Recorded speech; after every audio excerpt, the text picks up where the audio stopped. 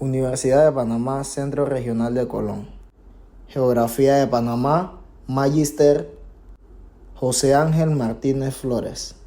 Integrante del grupo, Iván Delgado. Carrera Licenciatura de Administración de Empresas Marítimas. Primer tema, orígenes de la geografía. La geografía es la ciencia encargada de la descripción de representación gráfica del planeta Tierra. Se interesa por sus paisajes, territorios, lugares, regiones y poblaciones en los modos en que estos elementos se interrelacionan. Su nombre proviene del griego gea, tierra, y grapos, que es escritura, el conjunto de actividades desarrolladas por el hombre en el sentido de satisfacer sus necesidades básicas. Ha sido uno de los principales factores de cambio en la superficie de la Tierra desde la época paleolítica. Objetivo de estudio y método científico de la geografía. A grandes rasgos, la geografía estudia el planeta Tierra. En ello se abarca un conjunto enorme de dinámicas y elementos tanto naturales como humanos. Cuenta con una rica multiplicidad de perspectivas, dependiendo del enfoque particular del estudio. La geografía es una disciplina dinámica que echa mano a otras ciencias sociales, con tal de entender mejor el mundo en que hoy se construyó, tanto geográficamente como humanamente. En ese sentido, la geografía intenta hacer un todo de nuestro planeta, y el método científico consiste en la observación sistemática, formulación, prueba y revisión de la hipótesis. Aporte de estudio de la geografía antigua. Es en Mileto donde los conocimientos que podrían calificarse de geográficos comienzan a sistematizarse y a tratarse de un modo más metódico y racional. Los periplos o descripciones de las costas realizadas por los marinos se convierten en una fuente de conocimiento fundamental. Eratóstenes de Cirene es considerado propiamente como el padre de la geografía, pues fue el primero en acuñar el término aplicándolo a una de sus obras. Para Eratóstenes, este término identificaba el objetivo esencial de su trabajo, la elaboración de una representación gráfica del mundo conocido, es decir, lo que hoy se conoce como cartografía. Partían para ello de la búsqueda de las dimensiones de la Tierra, tarea que llevaron a cabo con sorprendente aproximación. Estrabón realizó, en cambio, una geografía plenamente cartográfica o regional. Estrabón recoge de forma sistemática un gran número de información acumulada sobre los diversos territorios de la ecumene. Sus obras tenían un claro fin práctico, pues se interesaban sobre todo para los fines de gobierno. Estrabón identificaba los distintos territorios y los caracterizaba de acuerdo a sus rasgos físicos, étnicos y económicos. Esta misma línea, Pomposa Mela Sigla I realizó su obra Chorografía, donde realiza diversos viajes por la costa, conocida de la época, describiendo las características físicas y humanas de los diversos territorios. Claudio Ptolomeo, astrónomo y matemático, realizó también una obra geográfica. Esta obra se situó en la transición de la geografía matemática y cartográfica. Proporcionaba tablas de posición que permitían realizar un mapa de la Tierra basado en las longitudes y latitudes de los lugares donde realizó cálculos sobre la dimensión de la Tierra. Aporte de los fundadores de la geografía media. Periodo medieval temprano y periodo medieval tardío. El periodo medieval temprano.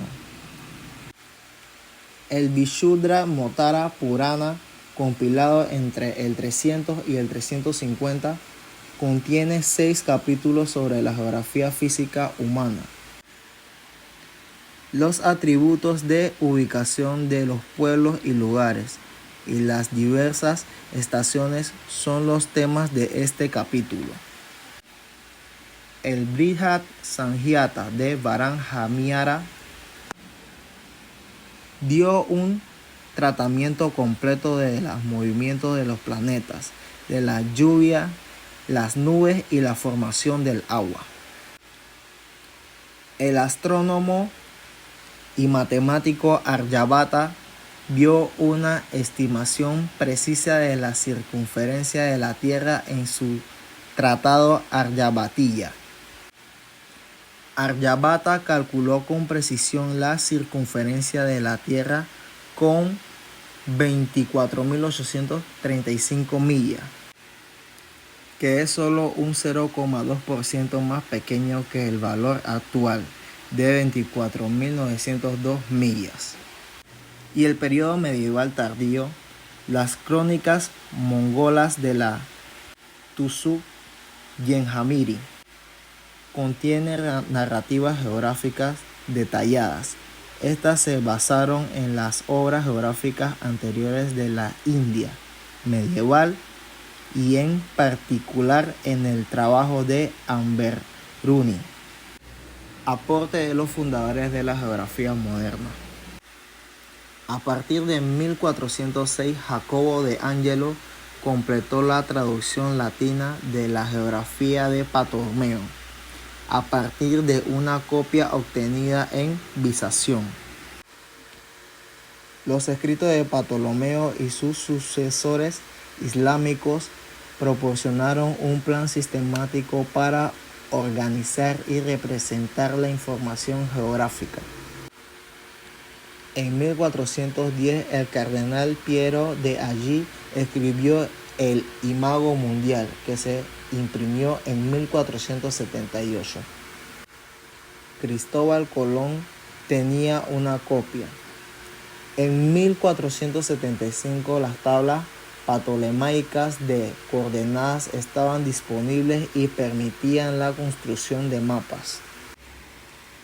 La invención de la imprenta permitió su amplia distribución. Hay 5 ediciones de las tablas hasta 1486. El uso de las brújulas transmitidas por los árabes va a permitir la navegación en alta mar.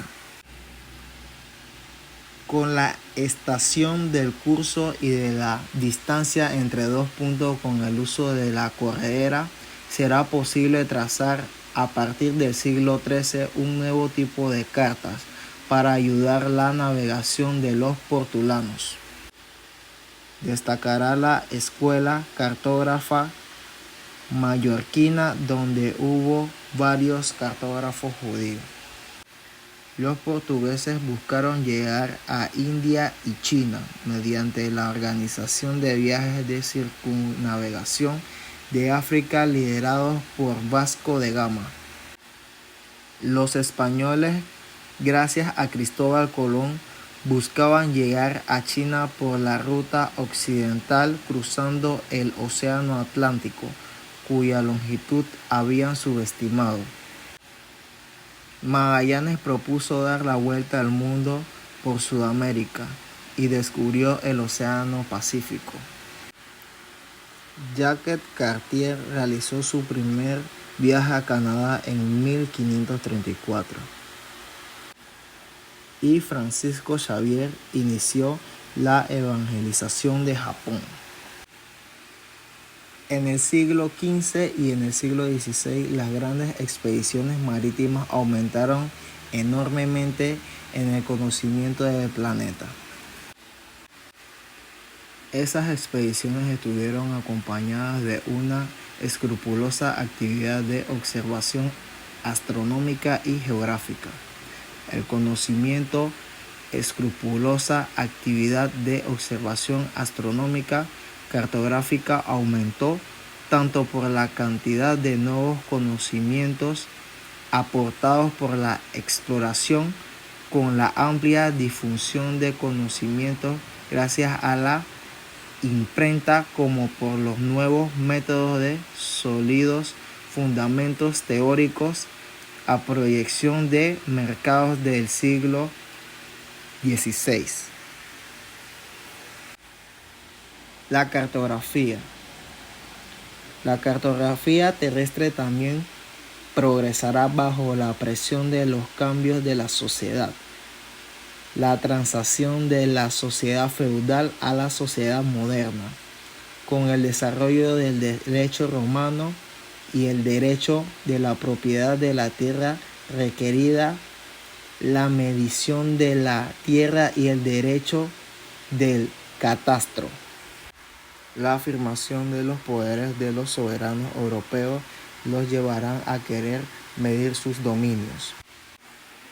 Al mismo tiempo, el desarrollo de la trigonometría y la aparición de la plancheta para mejorar ángulos mejorará los levantamientos topográficos. Posición política actual de Panamá. Mapa político actualizado de la República de Panamá. Muestra la distribución más reciente de la población en el país, basado en los últimos censos o estimaciones oficiales.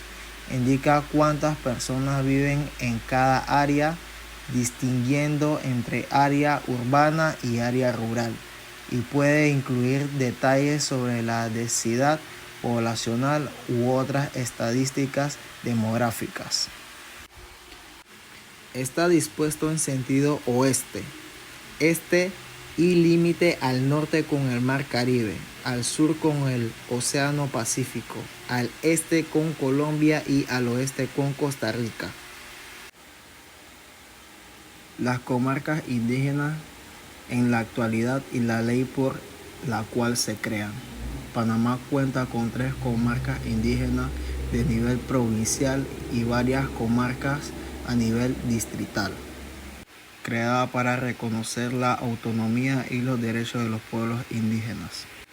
Las comarcas permiten que las comunidades indígenas mantengan su transparencia, idioma y gobernanza en sus territorios. Estas son las comarcas y las leyes por las cuales fueron creadas. Comarca Gunayala. Gunayala es una comarca costera en el norte del país, en el Caribe panameño. Es el territorio de Gunayala, un pueblo que mantiene vivas sus tendencias, idioma y estructura social y política autónoma. La comarca está compuesta por más de 360 islas, de las cuales aproximadamente 49 están habitadas. La economía se basa en la confección de molas, en la pesca y el ecoturismo. Leyes de creación. La comarca Gunayala fue creada mediante la Ley 2 de 1938, que fue ampliada por la Ley 16 en 1953, dando a los gunas derechos sobre su territorio y reconociendo su autonomía. Comarca Nave Buglé.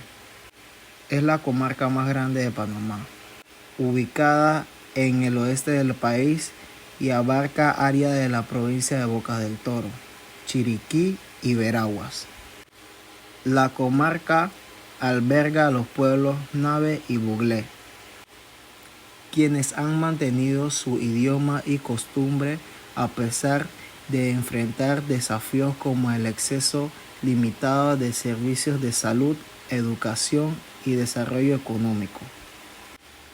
La economía se basa principalmente en la agricultura de subsistencia, la artesanía y actividades de agropecuarias. Ley de creación. La comarca Nave Buglé fue creada por la Ley 10 de 1997. después de varias luchas sociales por el reconocimiento de su territorio. Comarca Emberá-Huaunán. Esta comarca está en la región del Darién y es hogar de los pueblos Emberá y Huaunán. Es rica en biodiversidad y ocupa una gran parte de la selva, lo que le ha permitido a esta comunidad mantener sus tradiciones. Los Emberá-Huaunán son conocidos por su artesanía, incluyendo la talla de madera y las cestas tejidas. El acceso a servicios es limitado, lo que representa un desafío para el desarrollo de la región. Leyes de creación.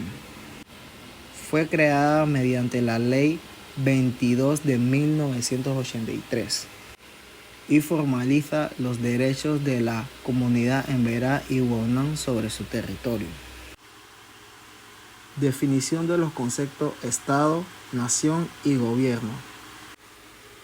Estado es una entidad política y jurídica que posee un territorio definido, una población que lo habita y un gobierno que ejerce autoridad. Se caracteriza por tener soberanía, lo que significa que tiene control exclusivo sobre su territorio y sus asuntos internos y externos.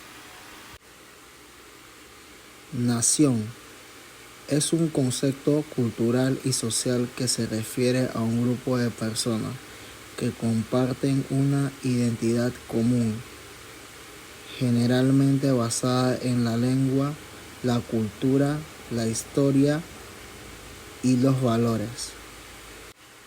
No siempre coincide con las fronteras de un estado, así que puede haber naciones sin estado. Gobierno es el conjunto de instituciones y personas encargadas de administrar y dirigir un estado. Se encargan de hacer cumplir las leyes, elaborando políticas públicas y garantizando el bienestar de los ciudadanos. El gobierno puede ser democrático, autoritario, monárquico, entre otras formas. Descripción de los títulos número 1 y número 3 de la Constitución de la República de Panamá. Título número 1 del Estado panameño. Establece la forma y la estructura del Estado. Su principal fundamento, la soberanía nacional y los derechos de los ciudadanos. Define a Panamá como una república democrática, representativa y participativa. Título número 3. Derechos y deberes individuales y sociales. Consagran los derechos fundamentales de los ciudadanos, como el derecho a la vida, la libertad de expresión, el derecho a la educación y a la salud. También establece los derechos a los ciudadanos para contribuir al bienestar de la salud y el respeto por el orden jurídico. Análisis de los derechos 269, Ejecutivo número 114. Decreto 269 del 29 de mayo del 2017.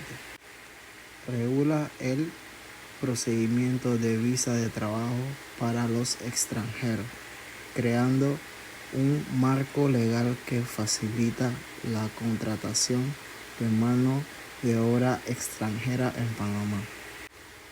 Decreto Ejecutivo número 114 del 30 de agosto del 2018 establece que mediante para la regulación de extranjeros en Panamá, buscando otorgar estatus legal a aquellos que cumplen con un criterio específico.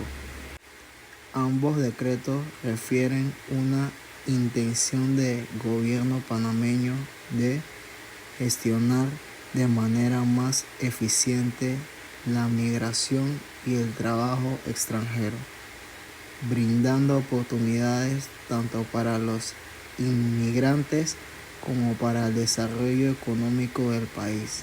Sin embargo, es esencial también considerar el dinamismo y derecho de los migrantes en este proceso. Verificación del estatus migratorio y causantes de deportación. La verificación del estatus migratorio implica revisar los estatus legales del inmigrante en un país. Esto incluye comprobar si posee visa, permisos de residencia u otros documentos que les permita residir legalmente. Causantes de deportación. Algunas de las causantes de la deportación en los países por migrantes allegados son las siguientes: permanencia irregular, criminalidad o conducta delictiva, presentación de documentos falsificados, violaciones a las leyes migratorias, amenazas a la seguridad nacional, entre otras causantes de estas. Estos temas muestran cómo las leyes y estructuras de Estado influyen en la organización política, los derechos de los ciudadanos y la gestión de migración, contribuyendo al orden y el desarrollo de la sociedad. Algunas de las formas que podemos tener para mejorar el deportamiento son las siguientes. Mejorar el proceso de los deportamientos en un país, empezando por el tema legal. Revisión y actualización de las leyes migratorias. Asegurarse de que las leyes estén alineadas con las normativas internacionales de derechos humanos. Procedimientos legales justos, mejorar el acceso a presentaciones legales y garantizar que los migrantes tengan la oportunidad de presentar sus casos de manera educada. Protección contra deportaciones arbitrarias. Implementar medidas para evitar deportaciones sin una evaluación adecuada y proporcionar vías de apelación accesibles. Procedimientos administrativos eficientes. Simplificar de procesos, optimizar los términos administrativos para evitar demoras excesivas que prolongan la detención de los migrantes. Formación y capacitación del personal. Asegurará que los oficiales migratorios y personal administrativo estén capacitados en derechos humanos, tratado responsablemente y gestión eficiente de casos. Tecnología para la gestión de casos. Introducir sistemas digitales que ayuden a retraer, gestionar y regular casos que no tengan partida de inicio. Estas son una de las maneras que podemos tener en cuenta para mejorar la migración en nuestro país. Las garantías constitucionales y los derechos individuales y sociales. Amparo constitucional. Describir como el recurso de amparo es un mecanismo fundamental para proteger los derechos de los ciudadanos cuando son violados por autoridades o particulares. Habeas corpus. Explicar su función como protección contra detenciones arbitrarias o abusos del poder. Acción de pudente o protección.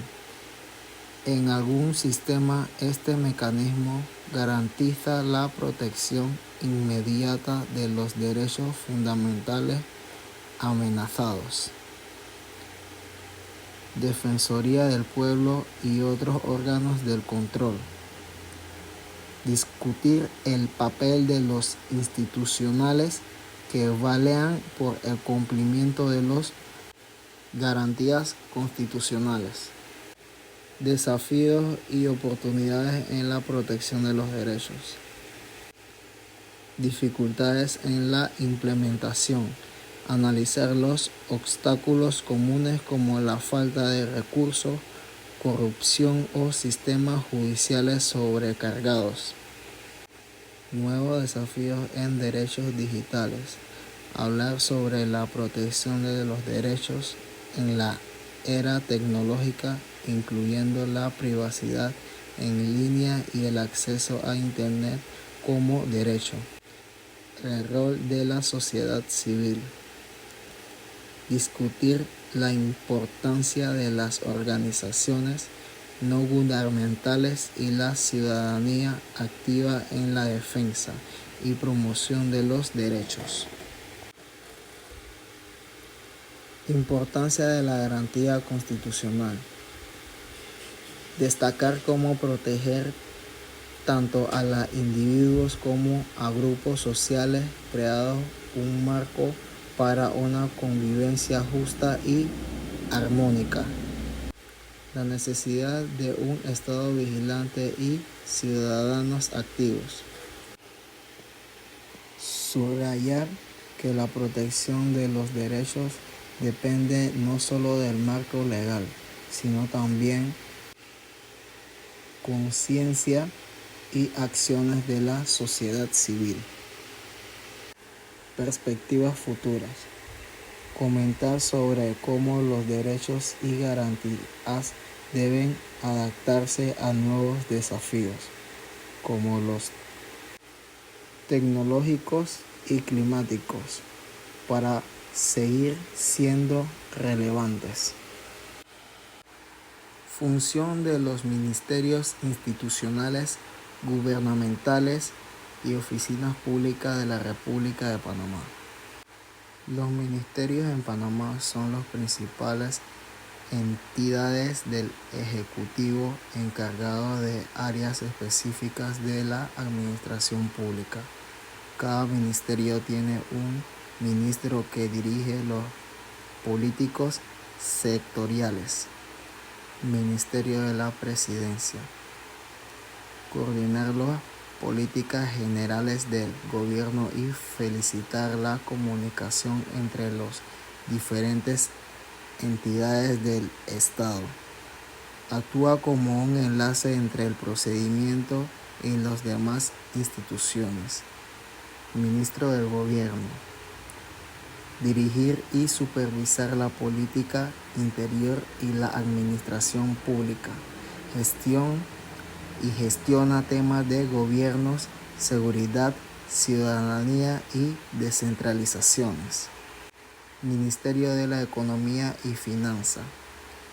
Administrar y gestionar las diferencias públicas del país, elaborando el procedimiento nacional, diseñar políticas fiscales y promover la estabilidad económica.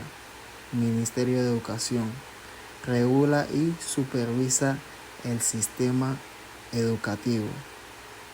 Promueve políticas de acceso a la educación, garantizando una enseñanza de calidad en todos los niveles. Ministerio de la Salud. Gestionar el sistema de la salud pública, garantizar el acceso a servicios de salud de calidad, establecer políticas sanitarias y de bienestar. Ministerio de Seguridad Pública. Garantizar la sugerencia nacional, coordinar la fuerza de seguridad y desarrollo, políticas para prevenir el crimen y proteger la ciudadanía. Ministerio de Desarrollo Agropecuario.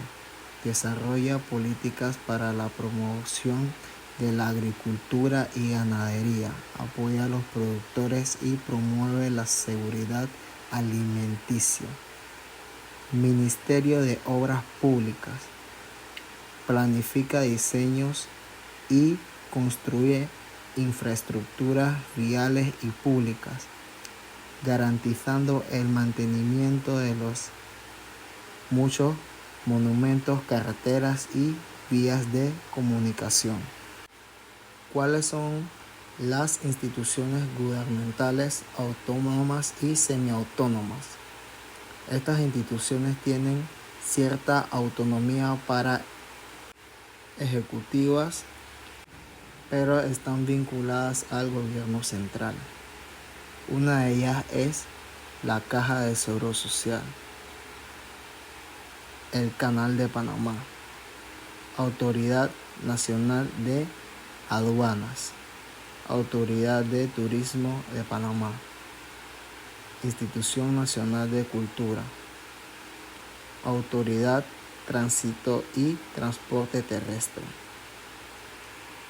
Estas son algunas de las instituciones gubernamentales semiautónomas de Panamá. Debemos de preguntar cuáles son las oficinas públicas y entidades regionales. Estas oficinas garantizan la presencia y servicios del gobierno a nivel local y regional.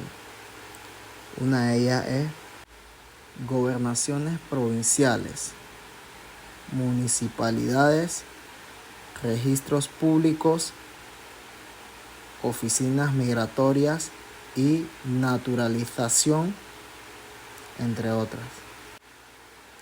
Importancia de la coordinación gubernamental. Explicar cómo la coordinación entre los ministerios y las instituciones permite la implementación eficaz de la política pública. Importancia de la ciudadanía. Subrayar cómo esta entidad afecta la vida diaria de los panameños, desde la salud y la educación hasta la seguridad y la infraestructura. Desafío y perspectivas. Mencionar la necesidad de modernizar, hacer más eficientes estas instituciones para atender mejor la necesidad de una población en crecimiento y responder a los desafíos del desarrollo sostenible.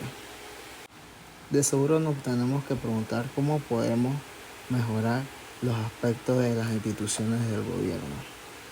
Algunas de las estrategias que tengo son las siguientes: modernizamiento administrativo, implementar sistema de gestión digital para reducir la burocracia y agilizar los procesos. Algunos de los ejemplos de esto pueden ser los siguientes: plataformas electrónicas para transmitir las solicitudes de una manera más eficiente y más rápida, capacitar el personal en el uso de nuestra tecnología y herramientas administrativas para mejorar la eficiencia operacional, mejorar la participación ciudadana, crear mecanismos para que los ciudadanos puedan participar y aportar en la elaboración política como consultas públicas o foros ciudadanos. Implementar canales de comunicación directos para recibir retroalimentación y sugerencia de la población. Mayor rendición de cuentas. Establecer sistemas transparentes de seguimiento de las actividades ministeriales como informes públicos sobre las gestiones y el uso de los recursos que se le dan a los gobernantes. Introducir auditorías relevantes realizadas por organizaciones independientes para el correcto manejo de los fondos públicos. Implementar estas mejoras pueden transformar la gestión gubernamental en Panamá, haciéndola más transparente, eficiente y adaptada a las necesidades de la sociedad del pueblo panameño. Otro pequeño aporte que puede ser en este tema es la administración eléctrica. Digitaliza la mayoría de los tratamientos para reducir el tiempo y los costos asociados. Esto incluye la creación de una identidad digital única para los ciudadanos, que les permite acceso a todos los servicios estatales desde una sola plataforma. Muchas gracias.